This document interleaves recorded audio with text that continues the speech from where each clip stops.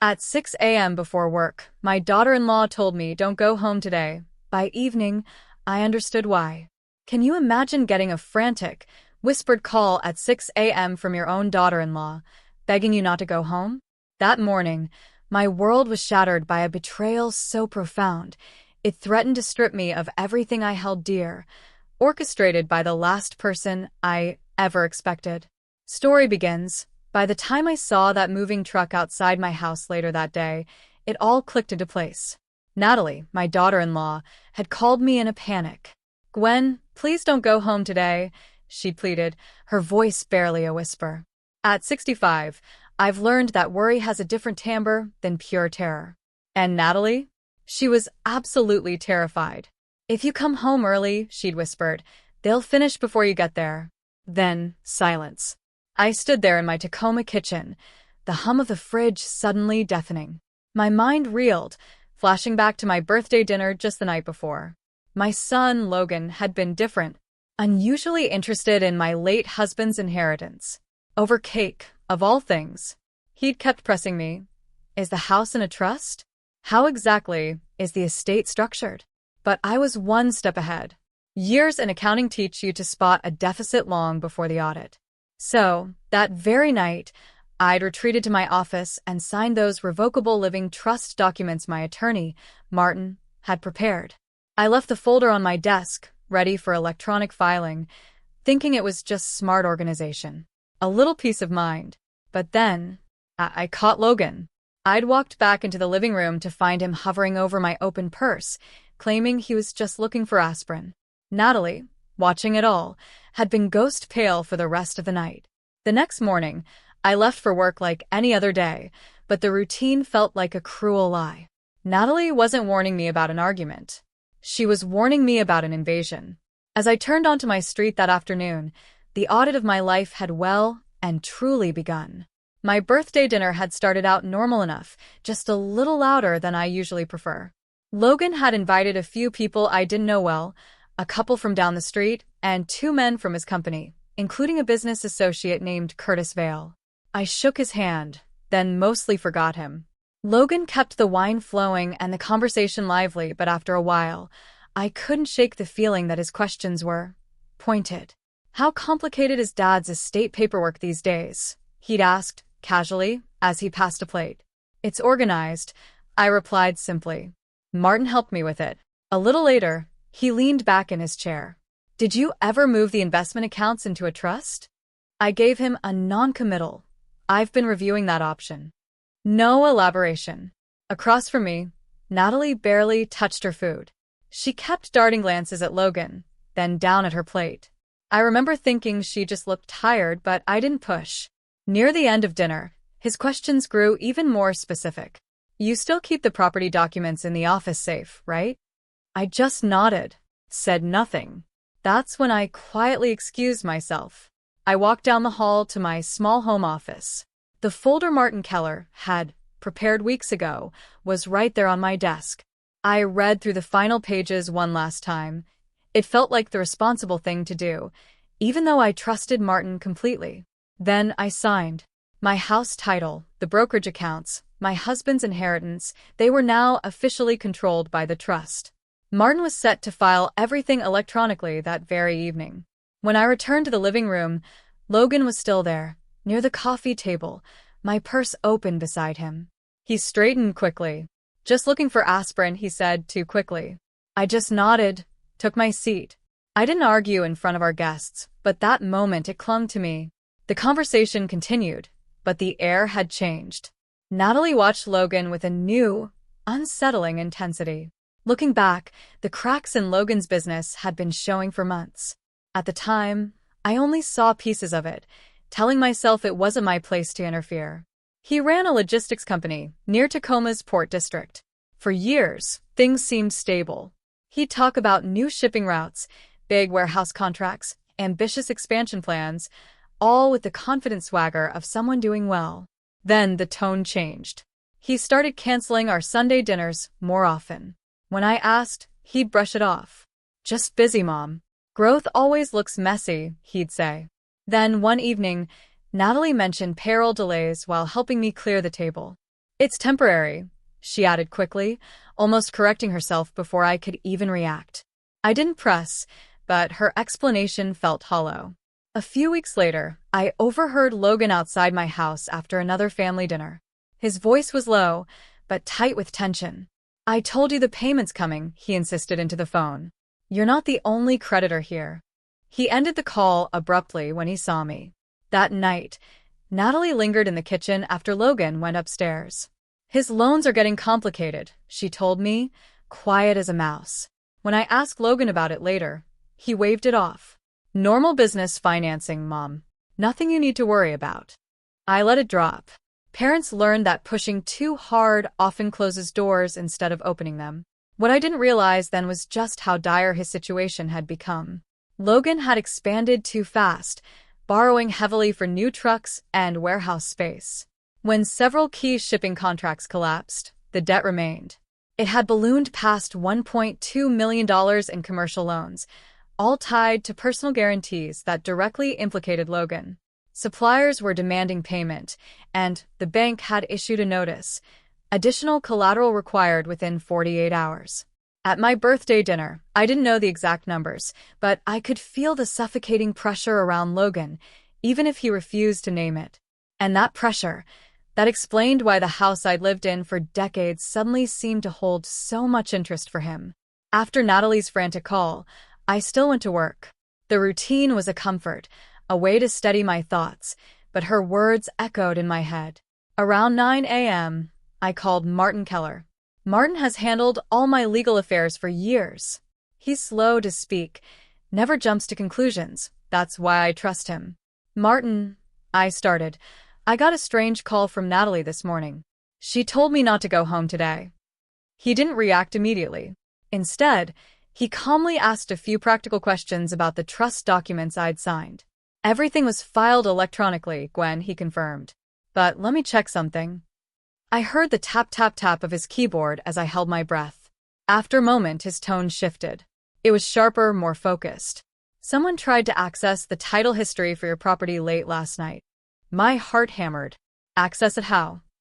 "Through the county system," he explained. "The request came from an internet address registered to your home." I leaned back in my chair, staring at the office wall. I hadn't been near a computer after the party. "That wasn't me," I told him, my voice flat. "I didn't think it was," Martin replied. He kept typing. "There's another entry here. A mobile notary appointment, scheduled for this morning. The request lists your name and your home address." I let out a slow, shaky breath. "I didn't schedule anything." "I know," Martin said quietly. "Which means someone else did." A short, heavy pause. Then he added, his voice firm. "Gwen, if anyone asks you to sign documents today, don't do it until I review them." I agreed, but by lunchtime, I'd made up my mind. I had to see what was happening at my house myself. Natalie's voice kept repeating, calm yet urgent. She hadn't been warning me about an argument. She'd been warning me about something already in motion. I left work earlier than usual, telling my manager I had a personal matter, which was true, though I didn't elaborate. The drive home felt endless, my mind replaying Martin's warning.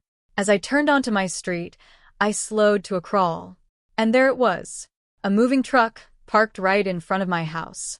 Two men were carrying cardboard boxes through the front door, moving with that practiced efficiency of people who think they're doing a straightforward job. I pulled my car to the curb a block away and just watched for a moment. Logan was on the porch, barking orders. "Start with the art in the hallway and the silver in the dining room," he yelled at the movers. "Then get the safe out of the office. Use the dolly. It's bolted to the floor." He wasn't just organizing files. He was stripping my home bare before the bank could freeze his assets. I stayed put for another minute, then called Martin. "I'm outside my house," I told him, my voice barely a whisper.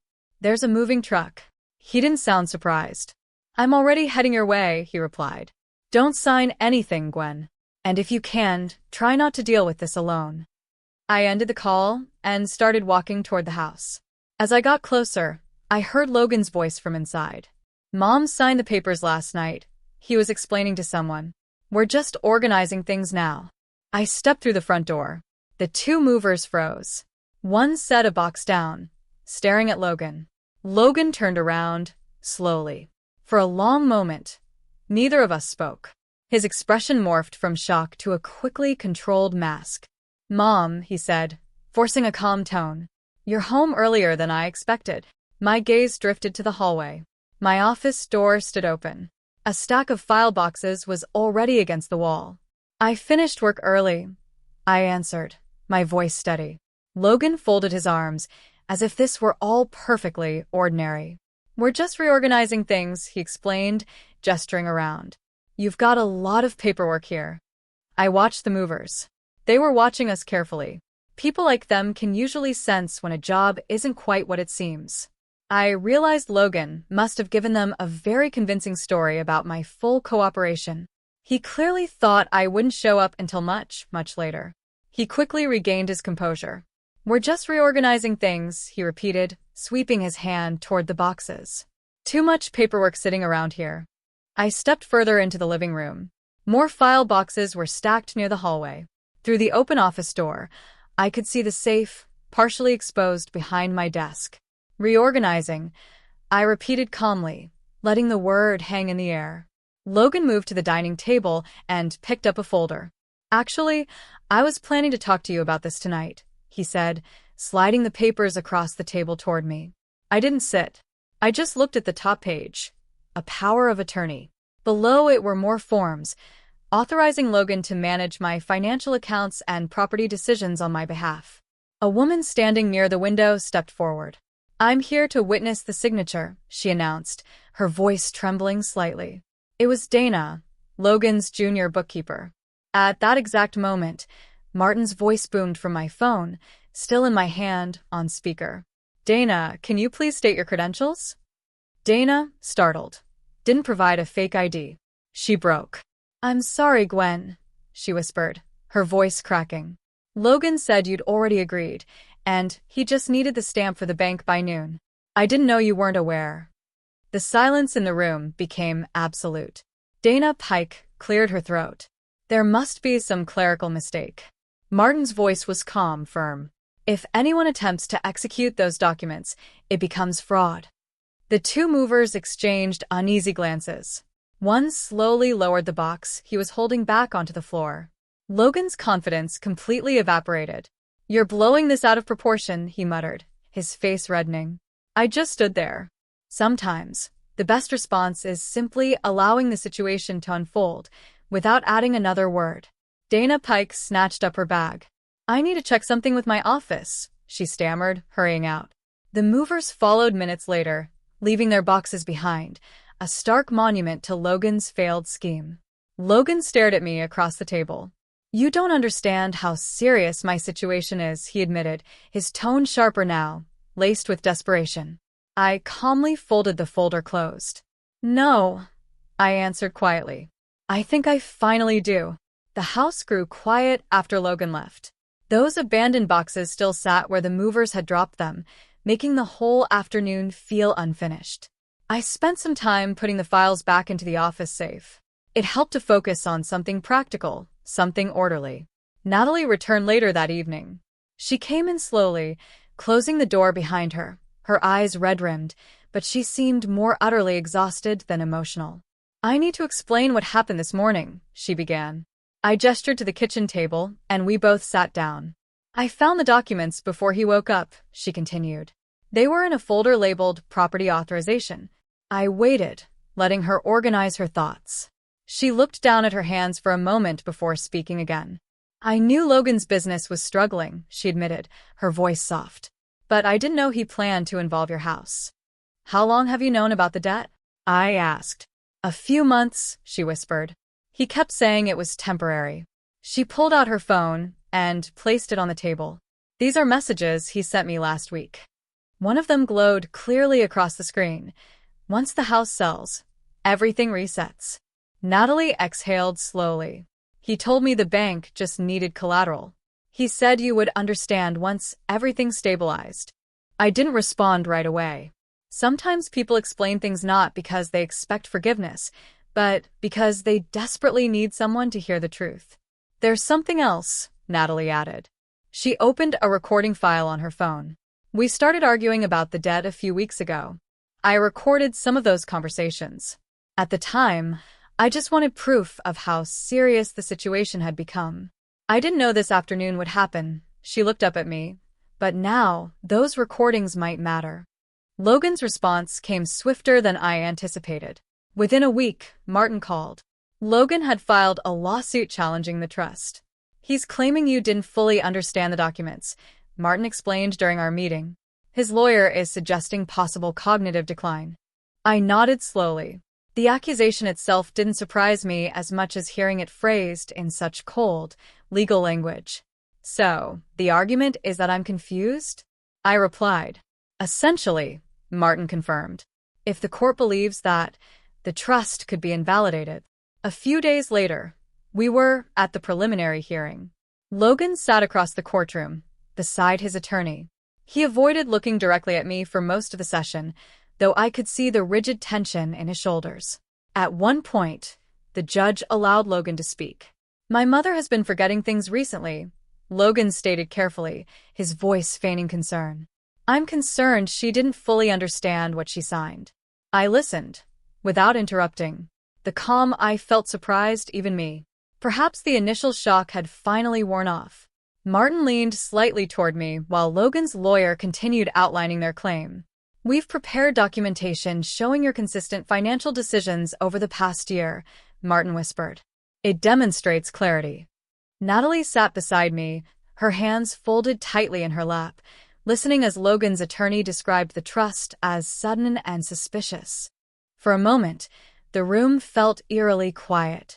People often assume legal disputes are about complex documents, but in reality, they usually turn on something much simpler. Whose version of events the judge believes. At that point, Logan's version still sounded neatly organized. What the court hadn't heard yet was the conversation Natalie had bravely recorded weeks earlier. When Natalie was called to testify, the room grew noticeably quieter. She walked to the front, carefully avoiding Logan's gaze. For a moment, she gripped the edge of the table, as if steadying herself before speaking. Logan's attorney began with routine questions about the trust and the birthday dinner. Natalie answered calmly, her voice low but clear. Yes, I knew Logan's business had serious debt, she explained. But I didn't know he planned to use Gwen's house until the morning I found those documents. Logan shifted violently in his chair. That's not accurate, he interrupted. The judge gently raised a hand. You'll have time to respond later, Mr. Logan. Then, Martin stepped forward and placed a small audio file on the court's playback system. This recording was provided by Natalie, he explained. It was made during a private conversation between her and Logan several weeks before the events we're discussing. The room settled. Martin pressed play. Logan's voice came through the speakers, clear as a bell. If she won't sign, the voice said, irritated and tired. We'll just say she's losing it. There was a short, chilling pause in the recording. Then, Logan continued. Once the house sells, the bank problem disappears. No one moved while the audio played. When it ended, Natalie lowered her eyes, her hands trembling slightly, though she tried to keep them still. Logan stared straight ahead, speechless. Martin turned off the playback and just waited. The judge leaned back, reviewing his notes. Logan's attorney had stopped writing altogether. Sometimes, the truth changes a room without anyone even raising their voice. That afternoon felt exactly like that. The explanation Logan had offered earlier no longer held any weight.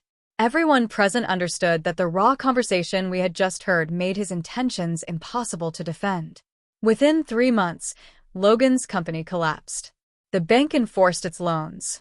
Contracts vanished the moment the lawsuit became public. Businesses don't like uncertainty, and his partners quickly moved on.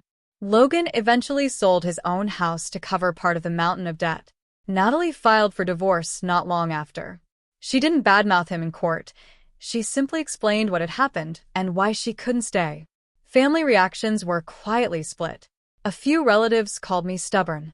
Others said I had done exactly what anyone would do. I listened to both sides and didn't argue. People see the same situations so differently, depending on where they stand. One evening, my phone buzzed in the living room. An email from Logan. I know I made mistakes, he wrote. But you didn't have to destroy everything. I read the message slowly, then closed my laptop without replying. Sometimes, distance says more than another conversation ever could. Later that night, I thought again about Natalie's call at 6 o'clock that morning. At the time, I only heard the warning. Now, I understood the immense courage behind it. Life has a way of showing you where trust truly lives. And sometimes, it comes from the person you least expect. Call to action. I'm still processing so much of this. Have you ever had to choose between protecting yourself and protecting family? How did you navigate it? Let me know in the comments below, because your insights truly matter to me.